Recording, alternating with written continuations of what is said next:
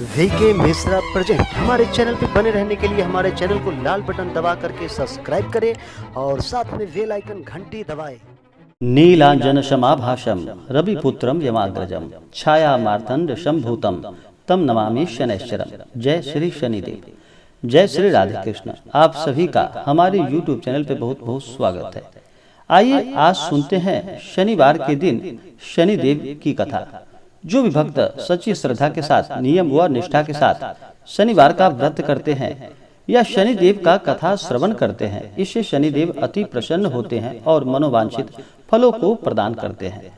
शनिवार के दिन शनिदेव को प्रसन्न करने के लिए कम से कम इस दिन सुबह स्नान करके शुद्ध वस्त्र धारण करके और इस दिन पीपल के वृक्ष में गुड़ तथा तिल मिश्रित जल डालना चाहिए। इससे शनिदेव अति प्रसन्न होते हैं और शनि की 7.5 में कष्ट नहीं होता। और कुछ उपाय, जैसे कि आप शनिवार के दिन सरसों के तेल में अपना मुख देख करके उस सरसों के तेल का दान करें, इससे लाभ की प्राप्ति होती है। और शनिदेव के ऊपर सरसों का तेल चढ़ाएं तो यह बहुत ही लाभकारी होता है, इससे शनि की दशा में कष्ट नहीं होता। तो आइए सुनते हैं शनिवार व्रत की कथा। तो बोलिए प्रेम से शनिदेव महाराज की जय। बहुत समय पहले की बात है कि एक समय सभी नवग्रहों सूर्य, चंद्र, मंगल, बुध, बृहस्पति, शुक्र, शनि, राहु और केतु में विवाद छिड़ गया कि इनमें से सबसे बड़ा कौन है।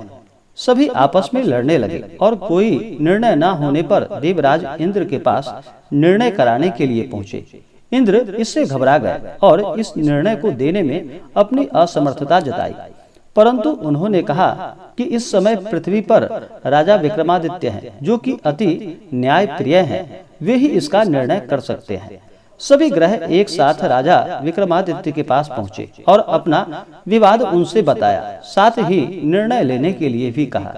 राजा इस समस्या से अति चिंतित हो उठे, क्योंकि वे जानते थे कि जिस किसी को भी छोटा बताया जाए वही कुपित हो उठेगा। तब राजा को एक उपाय सूझा। उन्होंने स्वर्ण, रजत, कांस्य, पीतल, सीसा, रांगा, जस्ता, अभ्रक और लौह से 9 सिंहासन बनवाए और उन्हें इस क्रम में रख दिया गया। फिर उन सब से निवेदन किया गया कि आप सभी अपने अपने सिंहासन पर स्थान ग्रहण करें। जो अंतिम सिंहासन पर बैठेगा वही सबसे छोटा होगा। इस अनुसार लौह सिंहासन सबसे बाद में होने के कारण शनिदेव सबसे बाद में बैठे, तो वही सबसे छोटे कहलाए। उन्होंने सोचा कि राजा ने यह जानबूझकर किया है। उन्होंने कुपित होकर राजा से कहा कि हे राजन, तू मुझे नहीं जानता। सूर्य 1 राशि में 1 महीना, चंद्रमा 2.25 महीना 2 दिन, मंगल 1.5 महीना, बृहस्पति 13 महीने व बुध और शुक्र 1 महीने विचरण करते हैं, परंतु मैं 2.5 से 7.5 वर्षों तक रहता हूँ। बड़े बड़ों का मैंने विनाश किया है। श्री राम की 7.5 आने पर उन्हें वनवास को जाना पड़ा।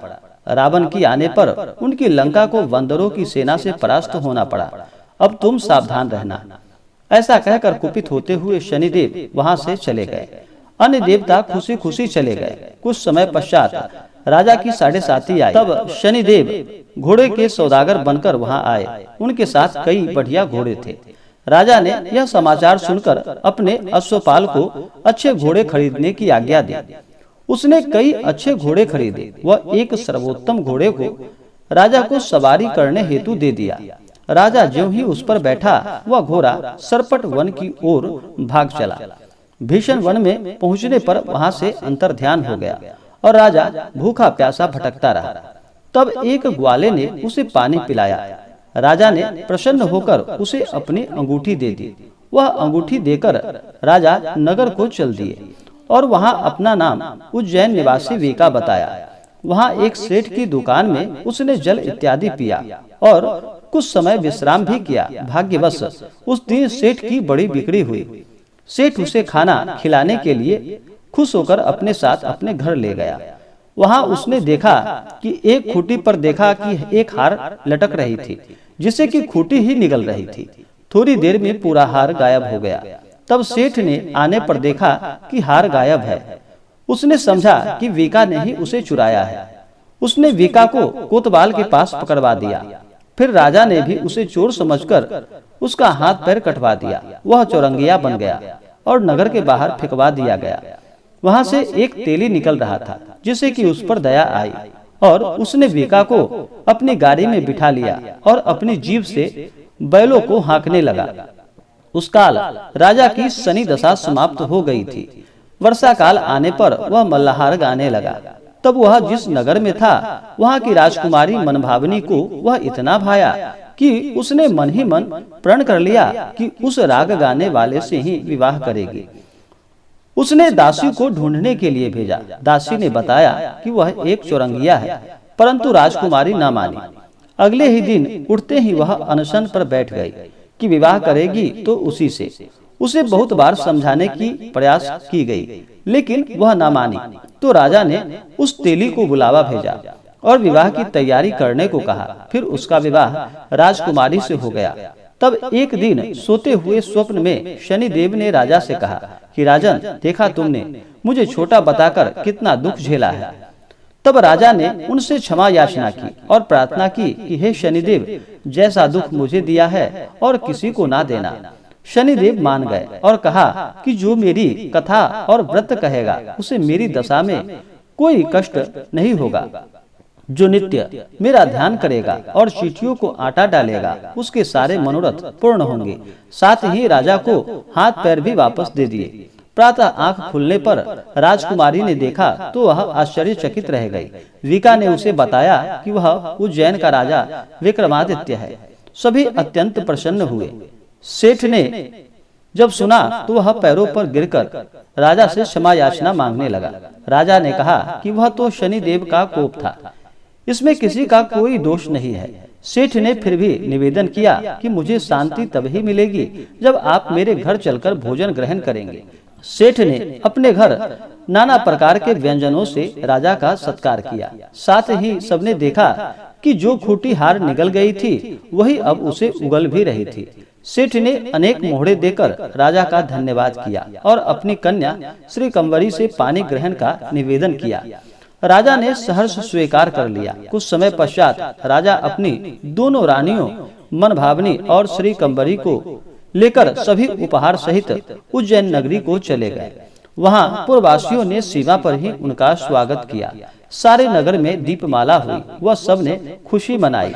राजा ने घोषणा की कि मैंने शनिदेव को सबसे छोटा बताया था, जबकि असल में वही सर्वोपरि है। तब से सारे राज्य में शनिदेव की पूजा और कथा नियमित रूप से होने लगी। सारी प्रजा ने बहुत समय खुशी और आनंद के साथ बिताया। जो कोई शनिदेव की इस कथा को पढ़ता है या सुनता है, उसके सारे दुख दूर हो जाते हैं और शनिदेव की कृपा से सभी प्रकार के सुख और समृद्धि की प्राप्ति होती है। हे शनिदेव, जिस प्रकार से आपने उस राजा विक्रमादित्य का दुख दूर किया, हे शनिदेव, आपका जो भी भक्त व्रत करे, आपका जो भी भक्त सच्ची श्रद्धा के साथ कथा श्रवण करे, आप उनके सभी दुखों को हर लेना और उन्हें सुख समृद्धि प्रदान करना। तो बोलिए प्रेम से शनिदेव महाराज की जय।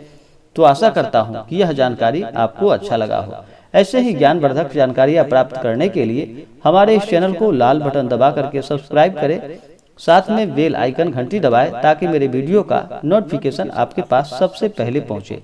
वीडियो को लाइक और अपने मित्रों तथा दोस्तों के साथ शेयर करें। सुखी रहें और स्वस्थ रहें। जय श्री राधे कृष्ण। धन्यवाद।